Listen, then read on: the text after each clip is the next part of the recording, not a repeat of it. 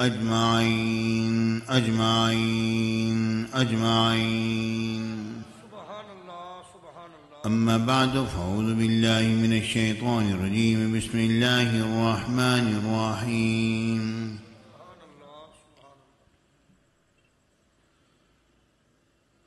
قل إن كنتم تحبون الله فاتبعوني يحببكم الله. صدق الله العظيم وصدق رسوله النبي الكريم الأمين. وإن الله تعالى عز وجل قال في شان حبيبي مخبرا وآميرا: إن الله وملائكته يصلون على النبي يا أيها الذين آمنوا صلوا عليه وسلموا تسليما. اللهم صل على سيدنا مولانا محمد وعلى آل سيدنا مولانا محمد وبارك وسلم وصل عليه.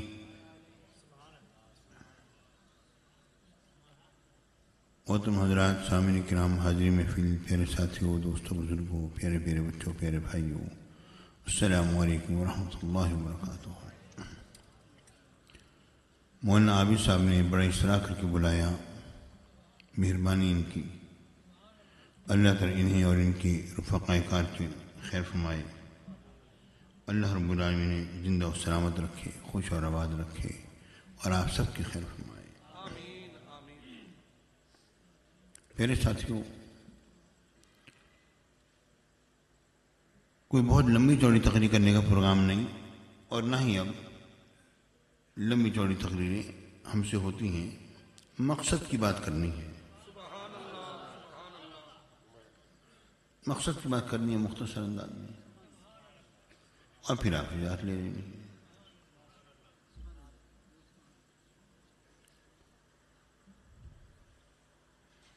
ماشاءاللہ یہ میلاد شریف کی تقریب 10,000 بندے کا جلسہ،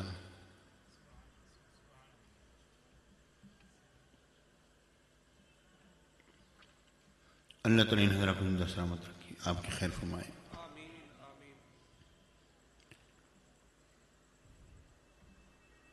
چند روز پہلے میں سلطان گھی مل کے سامنے جو کالونی ہے وہاں پر گیا، شاہ صاحب بھی ساتھ تھے.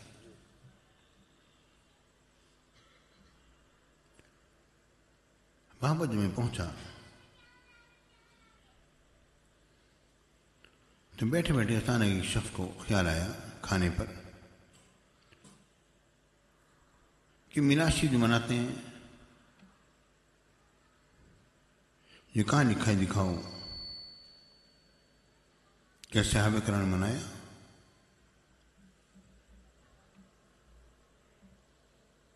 مختصر انداز میں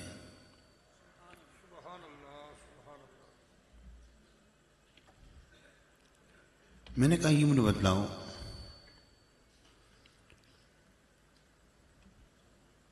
کہ میرے آقا سرکار مدینہ سرور سینہ صلی اللہ علیہ وسلم نے حضرت بلال سے فرمایا: اے بلال، تم کون سا ایسا عمل کرتے ہو کہ جنت میں تمہارے آگے چلنے کی جوتیوں کی چاپ کی آواز میں نے سنی ہے.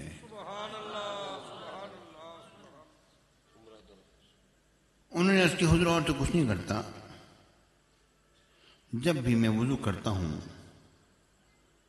تو بعض روایت میں آتا ہے تحیۃ الوضو کا، اور بعد میں آتا ہے تحیۃ المسجد کی، میں 2 رکعتیں ادا کرتا ہوں.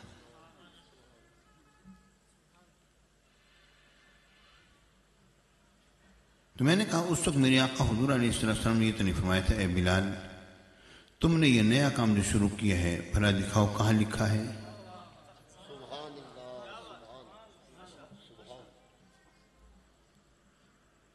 اے بلال، تم نے نیا کام شروع کر دیا. کل محدثۃ بدعہ، ہر نیا کام بدعت ہوتا ہے. بھلا بتاؤ یہ کہاں لکھا ہے جو تم نے شروع کر دیا ہے؟ میرے آقا نے اس پر اعتراض نہیں کیا بلکہ اس کو سراہا، کہ ہاں یہ تمہارا یہ عمل ہے جس کی بنا پر جنتیں تم مجھ سے آگے آگے غلام بن کر چل رہے ہو۔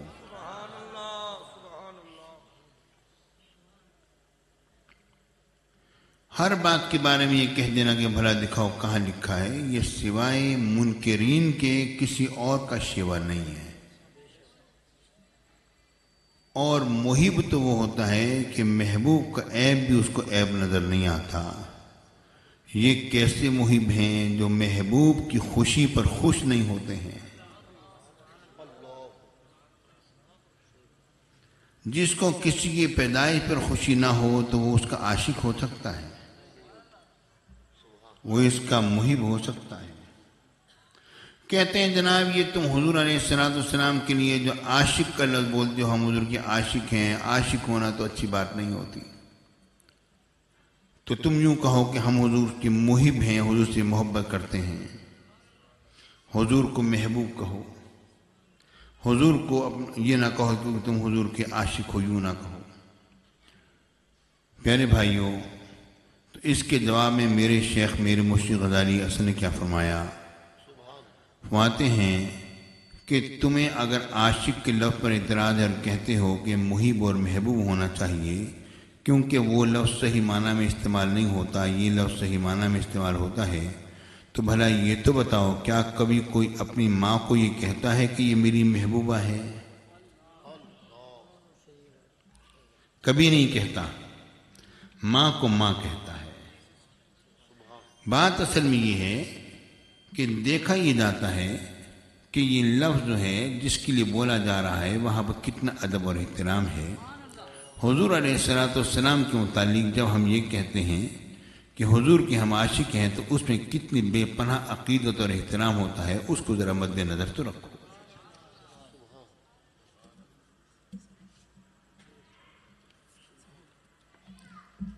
پیارے ساتھیوں، ہر بات کے بارے میں یہ کہہ دینا کہ جی دکھاؤ کہاں لکھا ہے، کیونکہ حضور علیہ السلام نے فرمایا کل محدثۃ بدعہ، ہر نئی چیز بدعت ہے اور ہر بدعت گمراہی ہے اور اگر ہر گمراہی جہنم میں لے کر جانے والی ہے۔ ان انکر رسول اللہ صلی اللہ علیہ وسلم۔ پیارے ساتھیوں ذرا غور کرو، آپ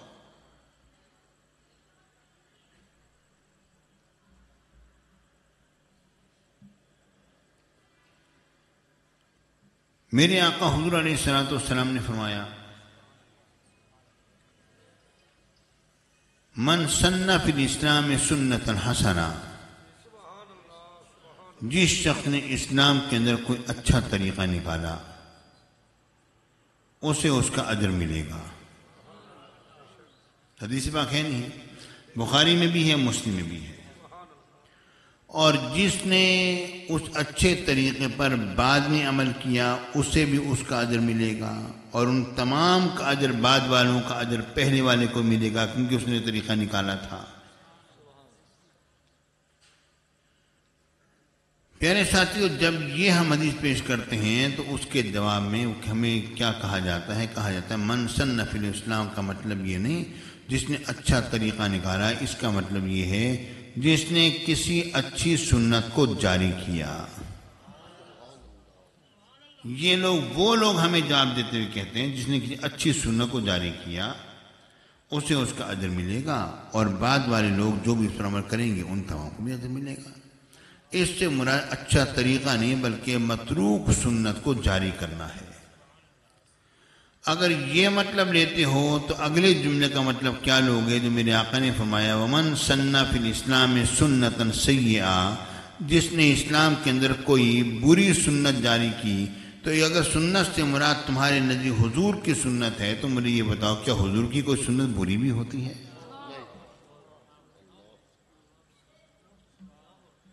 میرے آقا کی کوئی ایک سنت بھی بری نہیں ہوتی، ساری سنتیں اچھی ہوتی ہیں۔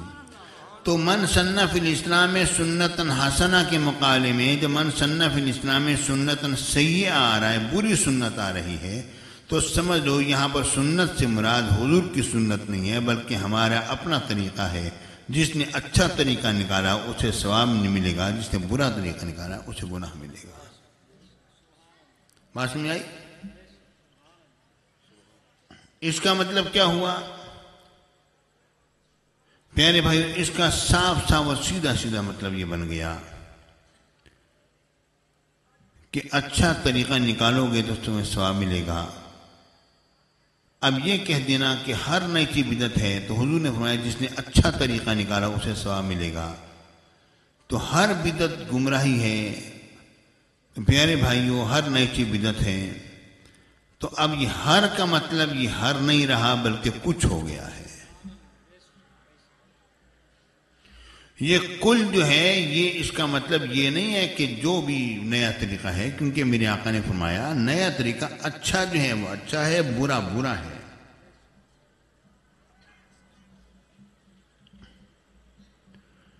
پیارے بھائیوں، تو ہم لوگ میلاد مصطفیٰ شریف مناتے ہیں، حضور علیہ الصلوۃ والسلام کا میلاد ہم نے منایا، اس کا ہمیں اجر ملے گا۔ اور اے سنیو، یہ بات ذہن میں رکھ لو کہ جس زمین پر حضور علیہ السلام کا میلاد پاک منایا جاتا ہے وہ زمین دوسری زمینوں سے افضل اور اعلیٰ ہوتی ہے، اور جو زمین اس چیز سے خالی ہوتی ہے اس کے اوپر وہ اجر نہیں ہے، اس کا وہ حکم بھی نہیں ہے۔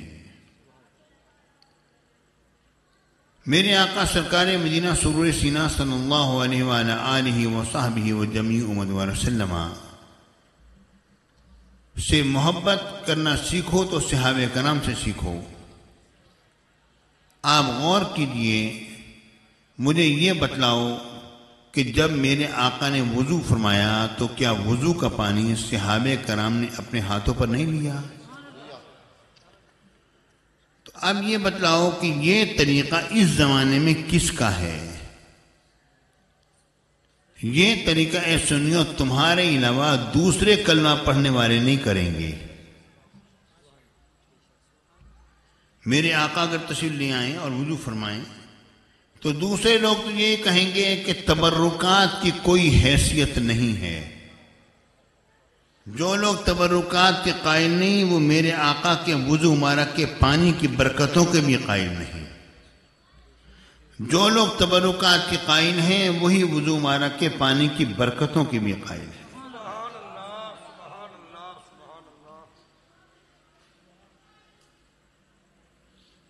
تو یہ بات ذہن میں رکھ لو کہ وضو مبارک کے پانی کی برکتیں وہی شخص حاصل کرے گا جو کہ تم میں سے ہوگا، اور ہمارا وہی طریقہ ہے جو صحابہ کرام کا طریقہ ہے۔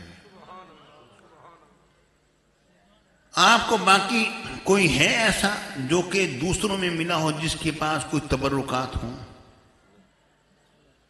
ہمارے لوگوں کے پاس حضور علیہ السلام منہ مبارک شریف بھی ہوگا، کسی نے جبل احد کا پتھر بھی رکھا ہوا ہوگا، کسی نے خانہ کعبہ کا غلاف بھی برکت کے طور پر رکھا ہوا ہوگا، کسی نے میرے آقا حضور علیہ السلام کی جالی مبارک کا کپڑا بھی رکھا ہوا ہوگا، کسی نے کوچ رکھی ہوئی ہوگی، کسی نے کسی بزرگ کا غلاف رکھا ہوا ہوگا، ہے نہیں ہے اس طرح؟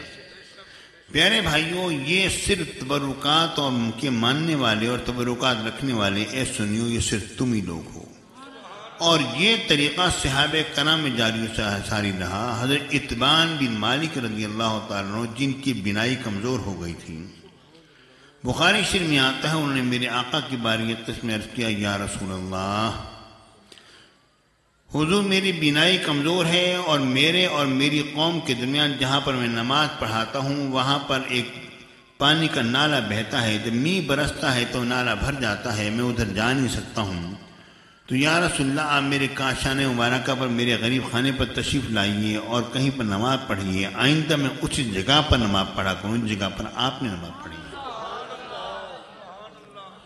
تو میرے آقا نے یہ نہیں فرمایا اے اتبان بن مالک تم یہ کیا کرو گے، یہ تو شرک ہو جائے گا، تم تبرکات کے تم قائل ہو، یہ کیسی بات کر رہے ہو، جہاں پر میں نماز پڑھوں گا بعد میں تم وہیں پر نماز پڑھو گے، اللہ کی زمین ہے۔ میرے آقا نے یہ نہیں فرمایا جعلت لی الارض مسجدا وطہورا، اللہ نے ساری زمین کو میرے لیے مسجد اور طہارت کرنے والا بنا دیا ہے کہ اس سے تیمم بھی جائز ہے، جہاں چاہو نماز پڑھ لو، تم نے ایک جگہ کو خاص کیوں کرو گے؟ میرے آقا نے یہ بات نہیں فرمائی بلکہ میرے آقا نے فرمایا ہاں میں آؤں گا۔ پھر اگلے روز میرے آقا حضور علیہ السلام تشریف لائے تو فرمایا اے ادبان بن مالک بھلا بتاؤ میں کس جگہ نماز پڑھوں؟ تو انہوں نے کہا حضور اس گوشے میں اس جگہ پر. انہوں نے اسی جگہ پر میرے آقا نے نماز پڑھی. تو مطلب یہ ہے کہ تبرکات کے قائل صحابہ کرام تھے. جو سنیو تمہارا طریقہ ہے.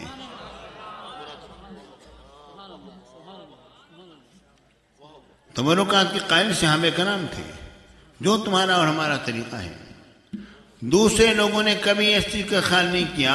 ہم تو آج بھی یہ بات سوچتے ہیں کہ جہاں پر ہمارا کوئی بزرگ آئے اور انہوں نے نفل پڑھے ہوں تو ہم کہتے ہیں وہ جگہ بابرکت ہو گئی ہے. نہیں ہے اس طرح پیارے ساتھیوں. اصل چیز یہی ہے جو بات میں نے عرض کی. میرے آقا حضور علیہ السلام سرکار مدینہ سرور سینہ صلی اللہ علیہ وآلہ وصحبہ و جمیع امت وسلم، میرے آقا نے وضو فرمایا تو صحابہ کرام ایک دوسرے پر جھپٹ پڑا کرتے تھے کہ کسی طرح وضو کا پانی تو حاصل کر لیں. میرے آقا حضور علیہ السلام نے حجامت مبارک کروائی تو بال مبارک پر صحابہ کرام جھپٹ پڑا کرتے تھے کہ کسی طرح ہم یہ بال مبارک حاصل کر لیں. اور میرے آقا کے برکات اور تبرکات کو حاصل کرنے کے لیے معلوم ہی ہوتا تھا کہ یہ آپس میں صحابہ کرام لڑ پڑیں گے. حدیث باغ میں آتا ہے یقتتلون بہا، کہ اس بنا پر وہ آپس میں قتال کریں گے. اتنی ان میں شدت ہوتی تھی. اور جس کو حضور علیہ السلام کا وضو مبارک کا پانی مل جاتا وہ خوش ہوتا، جس کو نہ ملتا تو حضور علیہ السلام کے جس کو پانی ہاتھ کو لگا ہوتا تھا اس کو اپنا ہاتھ مس کر کے لگایا کرتا تھا کہ یہ تھوڑا سا پانی مجھے بھی تو لگ جائے. اور پیارے بھائیوں سے اتنی بات یہ نہیں ہے کہ صحابہ کرام نے خود یہ کام کیا ہو، بلکہ میرے آقا نے خود یہ کام کروایا اور میرے آقا نے ترغیب دلوائی کہ اس طرح کیا کرو. حدیث پاک میں آتا ہے میرے آقا حضور علیہ السلام نے ایک برتن منگایا، اس میں ہاتھ مبارک کو دھویا، کلی مبارک فرمائی، چہرے کو دھویا. اور بعد میں میرے آقا نے کیا بات فرمائی؟ میرے آقا نے فرمایا اے بلال اور ابو موسیٰ اشعری یہ لے جاؤ، اسے پیو، اسے اپنے سینے پر بہاؤ، اپنے چہروں پر بہاؤ، اپنے سینوں پر بہاؤ اس کو. حضرت جابر بن عبداللہ رضی اللہ تعالیٰ عنہ فرماتے ہیں کہ مجھے ایک مرتبہ بہت زیادہ تکلیف ہو گئی اور قریب تھا کہ میں جو ہے وہ اب میں یہ سمجھا کہ بس میرے آخری لمحات آ گئے. تو ہوا یہ کہ میں کہا کہ میں بالکل غشی میں چلا گیا اور بالکل بھی ہوش میں آ گیا، یہاں تک کہ مجھے کچھ سجائی نہ دیتا تھا کہ کیا ہو رہا ہے. کہ حضور علیہ السلام نے وضو فرمایا اور وضو مبارک کا بچا ہوا پانی جو ہے وہ میرے اوپر ڈالا تو مجھے ہوش آ گیا. میرے آقا کا پانی تو وضو مبارک کا پانی تو مردوں کو زندہ کر دے، بے ہوشوں کو ہوش کیوں نہ آ جائے. مگر ان لوگوں کو ہوش نہیں آتا جو کہ حضور کے تبرکات کو تسلیم نہیں کرتے ہیں.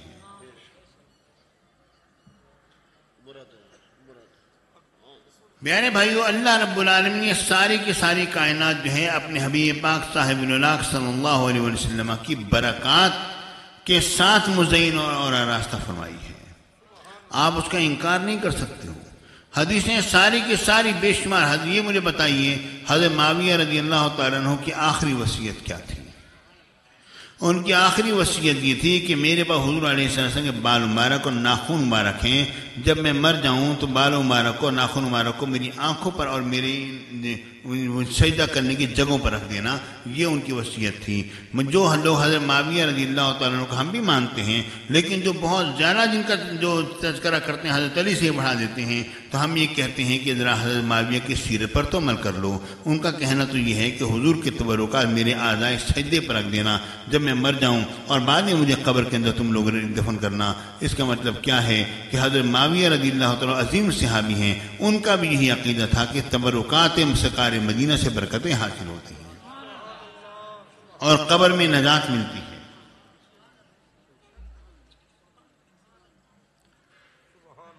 پیارے ساتھیوں، کوئی اگر یہ کہے حضرت علی نے تو اس طرح نہیں کیا، حضرت علی نے جو کچھ کیا اس کی بات ہی کچھ اور ہے.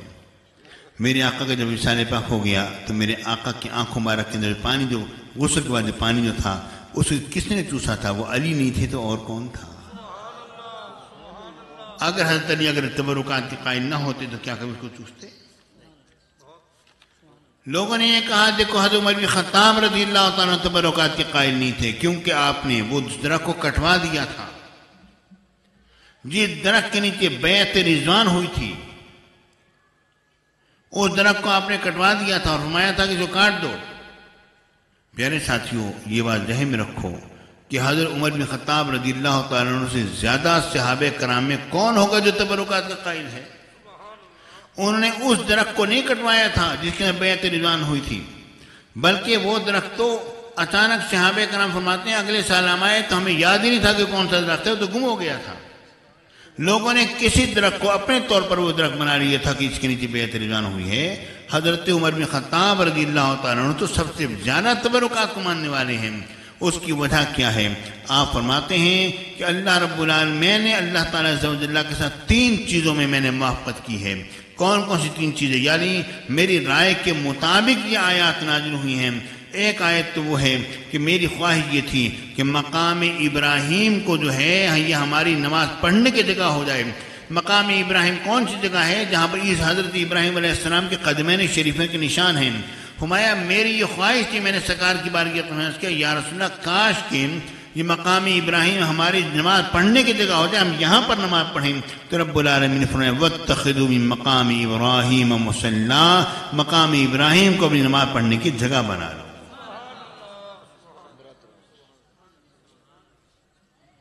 تو حضرت عمر بن خطاب رضی اللہ تعالیٰ عنہ کا تو وہ تبرک ہے جو کہ قیامت تک باقی رہے گا۔ آپ کے بارے میں الزام کیا؟ آپ نے اس درخت کو کٹوا دیا۔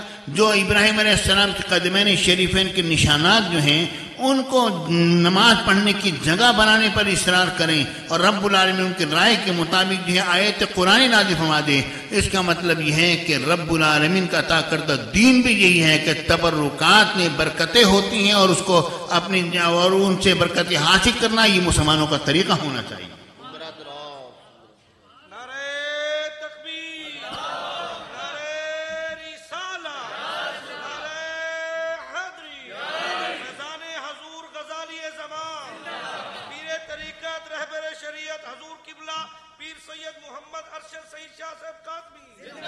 پیارے بھائیو ذرا دیکھو، غور کرو، میرے آقا سرکار مدینہ صلی اللہ علیہ وسلم کے نواسی امام حسین علیہ السلام، ٹھیک ہے نا؟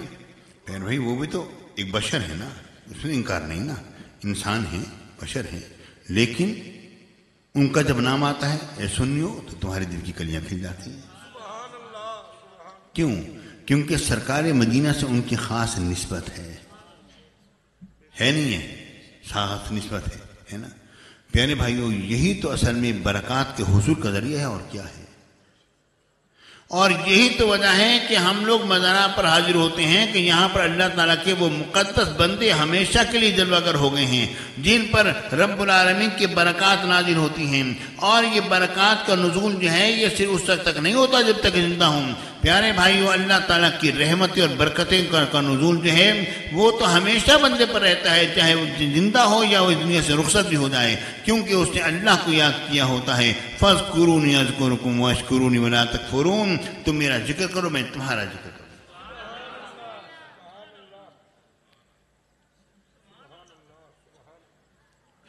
پیارے ساتھیوں دیکھیں، سب سے زیادہ بابرکت قبر انوشی میرے آقا کی ہے نہیں ہے؟ حضور علیہ السلام سے زیادہ بابرکت کسی کی قبر ہو سکتی ہے؟ نہیں ہو سکتی۔ میرے آقا کی قبر انور شریف سب سے زیادہ بابرکت ہے۔ اس قبر انور شریف کی برکت کیسی ہے؟ اب دیکھو، غور کرو، میرے آقا نے فرمایا من زار قبری وجبت لہ شفاعتی،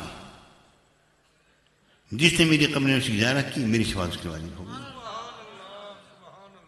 یعنی جس نے میری قبر کو دیکھا شفاعت واجب ہو جانے کا، میں حضور سفارش کریں۔ پیارے بھائیوں آپ کا کوئی محبوب اگر آپ سے سفارش کرے آپ انکار کرو گے؟ نہیں کرو گے۔ جو آپ کے اختیار میں ہوگا کر دو گے نا، ٹھیک ہے نا؟ پیارے بھائیوں تو اللہ سے اس کا حبیب سفارش کرے اور اللہ قبول نہ کرے، کیا ممکن ہے؟ نہیں، جس پر یہ کہتے ہیں اگر حضور اگر کسی کافر کے بارے میں سفارش کریں تو کیا اللہ اس کو بھی قبول کر لے گا؟ میرے آقا کافر کے بارے میں کیوں سفارش کریں گے؟ پیارے بھائیوں آپ غور کرو، کوئی شخص ایسا ہے جو آپ کے دشمن کے بارے میں آپ سے سفارش کرے، آپ کا دوست ہو کر، آپ کا دوست آپ کے دشمن کو لے آئے اور کہتے ہیں اس کو اتنے کروڑ روپے دے دو. کوئی آپ کو دوست ایسا کرے گا؟ کہ دوستی کی منافی ہے نا. کوئی دوست ایسا نہیں کرے گا کہ آپ کے دشمنوں کو آگ بنا کر کہے کہ اپنی زمین میں سے اتنی زمین اس کو دے دو. کبھی نہیں کہے گا. وہ کہے گا تو دشمن ہے، میں کیسے کیوں لے کر جاؤں. جب آپ اپنے دوست کے دشمن کی سواری کرنے پر تیار نہیں ہو تو میرے آقا اللہ کے بارے میں سب سے زیادہ غیرت رکھنے والے ہیں، وہ کسی کافر و مشرک کی سوارش کیوں کریں گے؟ وہ تو غلامان مصطفیٰ کی سوارش کریں گے.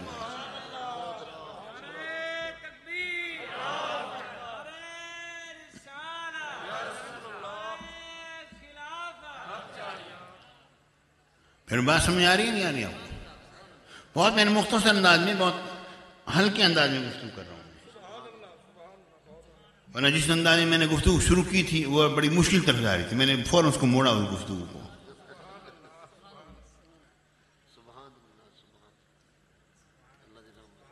پیارے بھائیوں، یہ بات ذہن میں رکھو کہ جس قدر حضور علیہ السلام سے محبت کر سکتے ہو کرو. حضور کی محبت ہی تو ہے جو کہ تم جنت میں لے کر جائے گی. اچھی چیزوں کی محبت جنت میں لے کر جاتی ہے. اچھے کام نئے بھی ہو جائیں تو وہ بھی جنت میں لے کر چلے آتے ہیں. ایک صحابی، سبحان اللہ، آپ غور کریں، بخاری شریف حدیث پاک میں آتا ہے جب نماز پڑھاتے قوم کے لوگوں کو نمازیں پڑھایا کرتے تھے تو پہلے الحمد پڑھتے، پھر کوئی سورت پڑھتے، سورت کے بعد پھر کل بلا شریف ضرور پڑھتے. ان کے پیچھے نمازیوں نے کہا، صحابہ کرام نے کہا، بھئی آپ نے اگر نماز پڑھانی ہے آپ سورہ فاتحہ کے بعد آپ کوئی سورہ پڑھو، سورہ اخلاص مت پڑھو جو طریقہ ہے، یا سورہ اخلاص پڑھتے ہو صرف سورہ اخلاص پڑھ لو، کوئی اور سورہ مت پڑھو. انہوں نے کہا جی بات یہ ہے کہ میں تو اسی طرح پڑھوں گا، میرے پیچھے پڑھنی ہے نماز پڑھو، نہیں پڑھنی نہ پڑھو، میں تو اسی طرح پڑھوں گا. اب وہ صحابہ کرام جانتے تھے یہ ہے ہم سب میں زیادہ متقی اور پرہیزگار. حدیث پاک میں آتا ہے صحابہ کرام نے کہا کہ یہ ہم سب میں سب سے زیادہ متقی اور پرہیزگار ہے، تو ابھی اس کو ہم چھوڑ بھی نہیں سکتے اور ان کا یہ طریقہ بھی ہٹ کر ہے. اب کیا کریں؟ اب اس سرکار کی باری میں حاضر ہو گئے. یا رسول اللہ، یہ صحابی ہیں، خدا کو غلام ہیں، کرم فرمائیے، یہ سورہ فاتحہ کے بعد کوئی سورہ پڑھتے ہیں، اس کے بعد سورہ اخلاص پڑھتے ہیں، کل ولا شریف پڑھتے ہیں. حضور ہم نے ان سے کہا یا تو تم کوئی الگ سورہ پڑھ لو، سورہ اخلاص مت پڑھو، یا صرف سورہ اخلاص پڑھ لو. یہ کہتے ہیں پڑھنی ہے اس طرح پڑھو، ورنہ میں تمہیں نماز نہیں پڑھاتا. حضور ہم میں سب سے بہتر قوم میں یہی بندہ ہے، ہم چاہتے ہیں نماز پڑھائے. میرے آقا نے فرمایا ہاں بھائی آپ سورہ اخلاص ضرور کیوں پڑھنا چاہتے ہیں؟ کہنے لگے حضور مجھے سورہ اخلاص سے بڑی محبت ہے. میرے آقا نے فرمایا اس کی محبت آپ کو جنت میں لے جائے گی.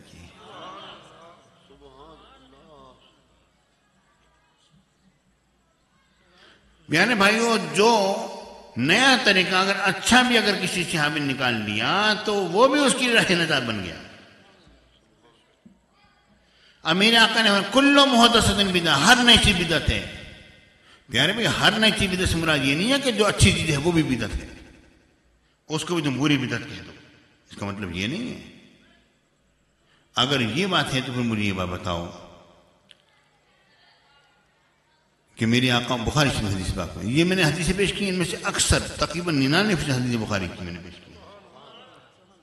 ایک آدھ حدیث اور پیش کروں پھر میں آپ سے جانا چاہتا ہوں. میرے آقا حضور علیہ السلام نماز پڑھا رہے ہیں. نماز پڑھاتے ہوئے میرے آقا نے فرمایا سمع اللہ لمن حمدہ. پیچھے ایک صحابی نے کہا ربنا ولک الحمد حمدا کثیرا طیبا مبارکا فیہ. جو جملے بول دیے.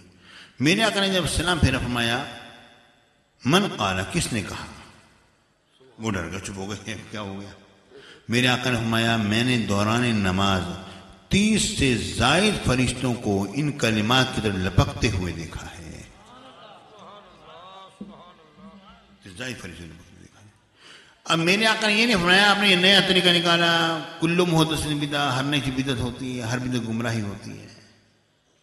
یہ بات نہیں فرمائی. یہ میرے آقا نے یہ بات نہیں فرمائی. یہ نیا طریقہ نکال لیا، یہ تو بدعت ہے، بدعت گمراہی ہوتی ہے، گمراہی جہنم میں لے کر جاتی ہے.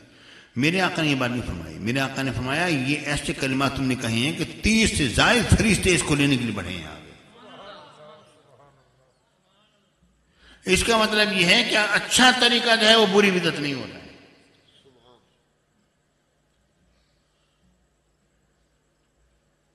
اور نہ ہی یہ ثابت ہے کہ میرے آقا حضور علیہ السلام نے کبھی یہ کلمات خود ادا فرمائے ہوں. لیکن جو بھی پڑھے ہمارا فتویٰ ہے، فقہاء کا علماء کا فتویٰ ہے، بالکل ٹھیک ہے، پڑھے، اچھی بات ہے، برکت ہوتی ہے. ربنا ولک الحمد کے بعد یہ کلمات ادا کر سکتا ہے. پیارے بھائیوں، اب ایک صحابی نے کیا کام کیا؟ میرے آقا طواف فرما رہے، بخاری کی حدیث ہے، طواف فرما رہے ہیں. طواف فرماتے ہوئے دیکھا کہ ایک شخص نے اپنے آپ کو ایک لگام سے یا رسی سے باندھا ہوا ہے ہاتھوں کو، اور دوسرے بندے کی طرف بڑھایا ہوا ہے، اس کے پکڑ کے لے کر جا رہا ہے. میرے آقا نے کیا کیا؟ میرے آقا نے اپنے ہاتھ مارے سے اس کو کاٹا اور فرمایا اس کو ہاتھ سے پکڑ کے لے کر جاؤ، یہ طریقہ ٹھیک نہیں ہے. یعنی یہ طریقہ ٹھیک نہیں، اس کو اسے ہاتھ سے پکڑ کے لے کر جاؤ. پیارے بھائیوں، اس نے ایک نیا طریقہ نکالا تھا عبادت کرنے کا جو نبی نے اس کو منظور نہیں کیا. یہ ہے بری بدعت. پیارے بھائیوں، اچھی بدعتیں بھی ہوتی ہیں اور بری بدعتیں بھی ہوتی ہیں. اگر یہ تقسیم نہیں کرو گے تو مجھے بتاؤ کہ حضرت عمر بن خطاب رضی اللہ تعالیٰ عنہ نے جس وقت تراویح جو ہے وہ جب شروع فرمائی، فرمایا کہ دیکھا کہ ایک دو صحابی الگ طرح پڑھ رہے ہیں، کوئی کچھ پڑھ رہے ہیں، کوئی کچھ کس طرح پڑھ رہے ہیں. ایک کو ایک کاری کے پیچھے کیوں نہ جمع کر دیا جائے. آپ نے حضرت ابی بن کعب رضی اللہ تعالیٰ کو بلایا، امامت کراؤ، سارے صحابہ تمہارے پیچھے نماز پڑھیں گے. اب یہ تراویح کا وہ طریقہ تھا جو حضور کے زمانے میں نہیں تھا. اور جب آپ نے طریقہ جب رائج کر دیا، فرمایا دیکھا سارے صحابہ ایک امام کے پیچھے کھڑے ہیں، تراویح پڑھ رہے ہیں. آپ نے انہوں نے فرمایا نعم البدعۃ ھذہ، کتنی اچھی ہے یہ بدعت.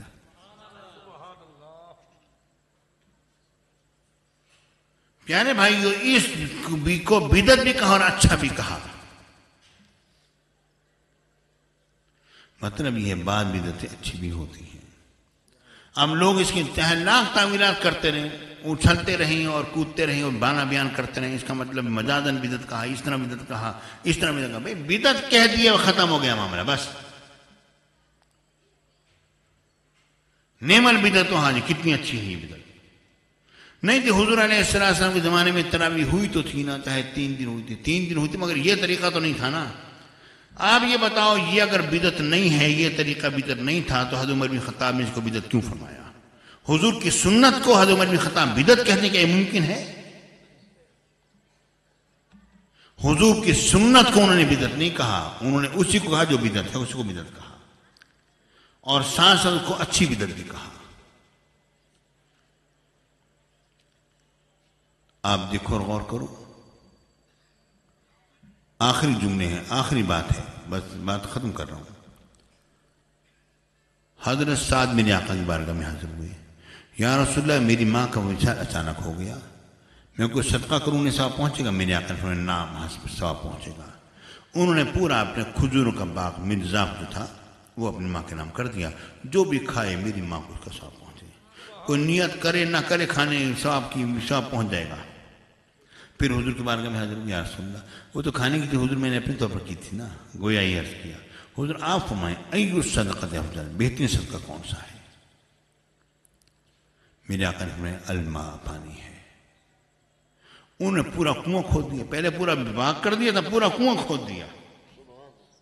جو بھی پیے اس سے میری ماں کو ثواب پہنچے. اس کا نام رکھا بیر ام سعد. وہ آج بھی وہ کنواں موجود ہے، مگر چونکہ وہاں کی حکومت والے اس کو جائز میں سمجھ بند کر دیا ہے. بیر ام سعد ساری دنیا کو پتہ ہے. مدینہ منورہ میں جاؤ بتائیں کہ بیر ام سعد کون سا، سامنے کنواں آپ کو نظر آئے گا.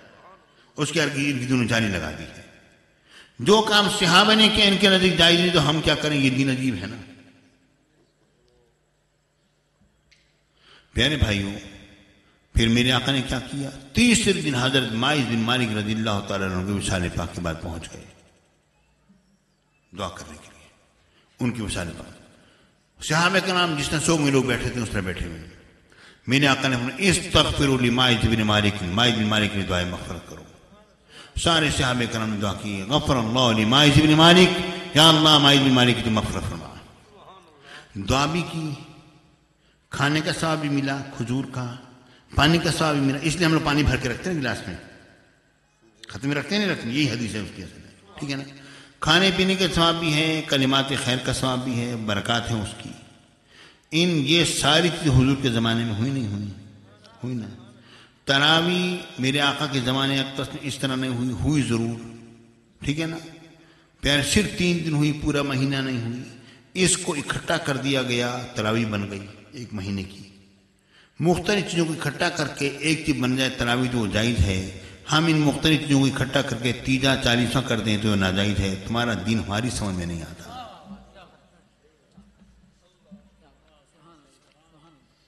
اگر تراوی بدعت ہونے کے باوجود ساری امت میں رائج ہے تو آج مجھے یہ تو بتاؤ کہ کیا وجہ ہے کہ 30 اور 40 کی مخالفت ہوتی ہے؟ اسے بھی رائج ہونا چاہیے ساری امت کے اندر۔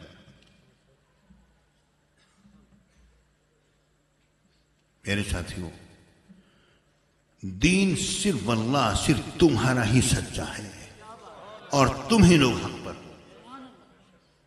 ایک چیز ہماری حدیث اور قرآن سے ثابت ہے۔ یہ الگ بات ہے کہ ہمارے علماء کے پاس وہ وسائل اور ذرائع نہیں کہ اپنا علم صحیح طور پر تم تک پہنچا سکیں، لیکن یہ بات ذہن میں رکھو کہ سچے صرف تم ہی ہو اور تم ہی ہو اور تم ہی سچے ہو، تمہارا ہی نہیں حق۔ میرا کی بارگاہ میں دعا کرتا ہوں اللہ تعالیٰ آپ لوگ فضل و کرم فرمائے، اور میں آپ سے اجازت چاہتا ہوں، اور آپ لوگ باقی میں پروگرام چلائیے جو بھی ہو، باہر میں آپ سے دعا کر کے جاتا ہوں۔ اللهم صل على سيدنا مولانا محمد وعلى آل سيدنا مولانا محمد الباري وسلم۔ اللهم ربنا آتنا في الدنيا حسنة وفي الآخرة حسنة وقنا عذاب النار۔ یا اللہ یہ میرے پروردگار تمام ساتھی کی خیر فرما، یا اللہ اس مدرسے اور مسجد کی انتظامیہ کی خیر فرما، یا اللہ تمام اہل محبت کی خیر ہو، تمام عشاقان مصطفیٰ کی خیر ہو، تمام غلامان مصطفیٰ کی خیر ہو۔ یا اللہ اس مدرسے اور مسجد کا آباد فرمانے والوں کو تو آباد فرما، ہمارے حافظ قاری عابد صاحب کی خیر فرما، تمام کو اپنے زمانے میں محفوظ مامون فرما۔ جن بچوں نے حفظ قرآن کی ناظرہ پڑھا ان کے والدین کی خیر ہو، ان بچوں کی خیر ہو، ان کے بھائی بہنوں کی خیر ہو۔ یا اللہ تمام بیماروں کو صحت کاملہ عطا فرما، ہماری جسمانی روحانی بیماریوں کو دور فرما، ہماری ظاہری ہماری بات کی خرابی رفع فرما، ہمیں ایمان کامل کی دولت عطا فرما اور اعمال صالحہ کی توفیق نصیب فرما۔ یا اللہ ہمیشہ ہم سے وہی کام لے جس سے تو راضی ہے، تیرے حبیب پاک صاحب اللہ صلی اللہ علیہ وسلم راضی ہوں۔ آمین آمین آمین۔ وصلی اللہ تعالی علی خیر خلقہ ونور عرشہ وزینت فرشہ محمد وآلہ وصحبہ اجمعین آمین۔ لا الہ الا اللہ محمد رسول اللہ صلی اللہ علیہ وسلم۔ مہربانی فرمائیں ہمیں راستہ دے دیں گے اور میری آپ سے ملاقات ہو۔